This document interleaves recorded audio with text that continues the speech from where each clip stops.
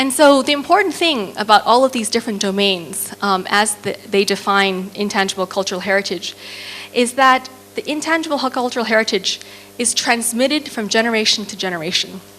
It passes down from grandfather to parents' generation, from parents to children.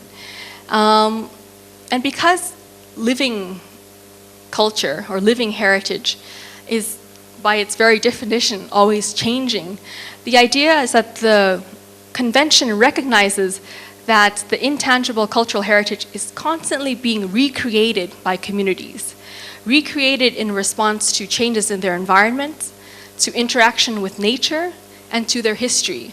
So there's not the idea, unlike, for instance, archaeological conservation or architectural conservation, that there's a fixed state.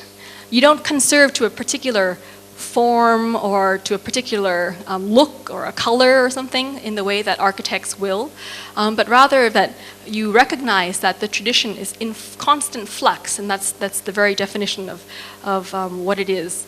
And then lastly, in terms of the linkage between intangible cultural heritage and the community, it's recognized that intangible cultural heritage is incredibly important in giving communities a sense of identity and continuity. And so this, gives rise to the tricky question, well, what is community? And we recently organized, in fact, a regional workshop with leaders from around the Asia-Pacific region, which asked the question of heritage across borders, or shared heritage which transcends a particular boundary and can be found in multiple places. So for instance, UNESCO recently recognized falconry, which is the science and the art of using falcons, these birds, to catch animals. And it's something that can be found in the Arab states, in Europe, in Mongolia, in Korea. And so while some of the aspects of it are a little bit different in each country, the basic science of raising these birds and training the birds is quite similar and is a shared tradition. And so in this sense, the communities become defined in a quite open-ended way. What the convention says is communities are networks of people whose sense of identity or connectedness emerges from a shared historical relationship that is rooted in the practice and transmission of or engagement with their intangible cultural heritage. So with the case of falconry, it was believed that it originated somewhere and then spread and then became quite different in the places where it ended up. And so this still doesn't answer all the questions, of course, of what is a community. So we still have to ask ourselves, how do we define the boundaries of communities?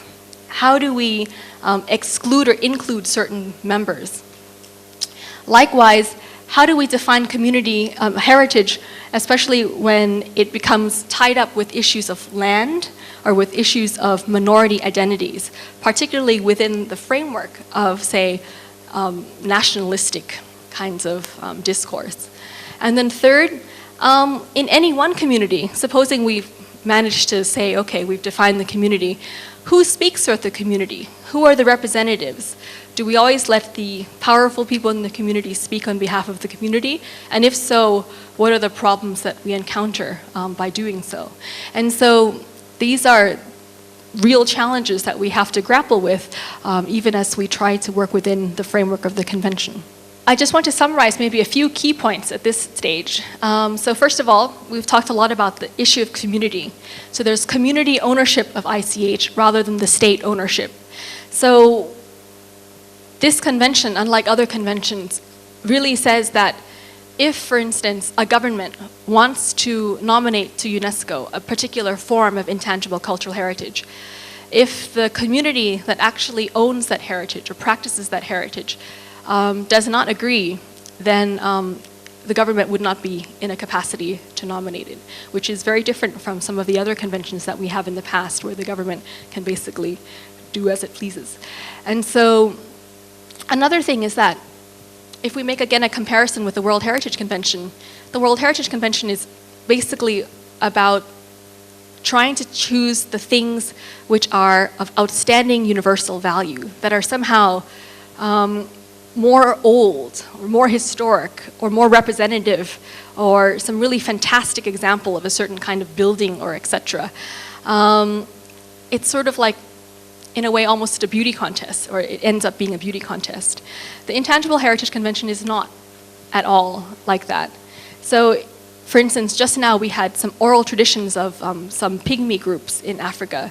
It's not to say that their particular oral traditions are any more or less important than any other oral traditions of any other pygmy groups in that part of Africa or any part of the world.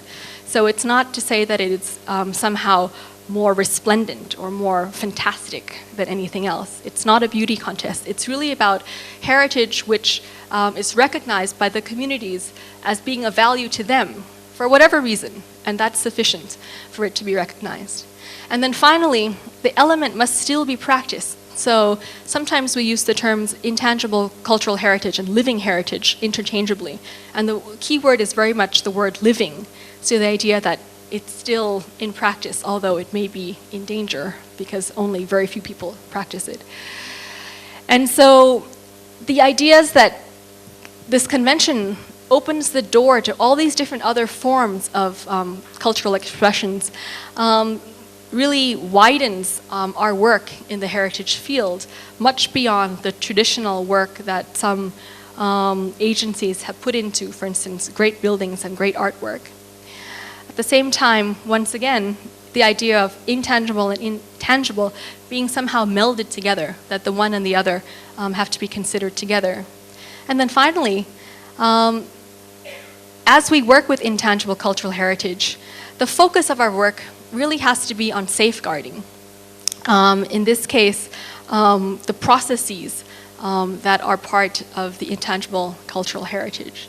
And so the way that Alex framed the final assignment that all the groups will be working on, I think is very much reflective of this. So the idea is, how can we safeguard particular practices that we'll see in the 4 communities that we'll be working with through museums as the platform and as the vehicle, I think is very much in line with the aims and objectives of the convention. And so when we compare so-called safeguarding or conservation, and we look at tangible heritage practices versus intangible heritage things that are emerging, we can see that there's very much a shift away from simply looking at physical fabric, things and places, and looking more at the issues of significance and values, as well as continued practice. And unlike in the world of conserving heritage sites and objects, there's very much a shift away from letting the experts decide and letting the experts speak towards encouraging local voices and local decision making as much as possible. And then finally, instead of just trying to keep everything old in the same way that it was old when it was built,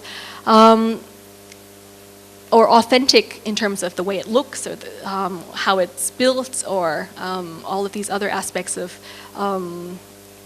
built heritage authenticity, there's a different form of thinking about it in terms of trying to maintain not the physical expression of the thing, but rather to maintain the value of the thing for the community, insofar as the community itself values that.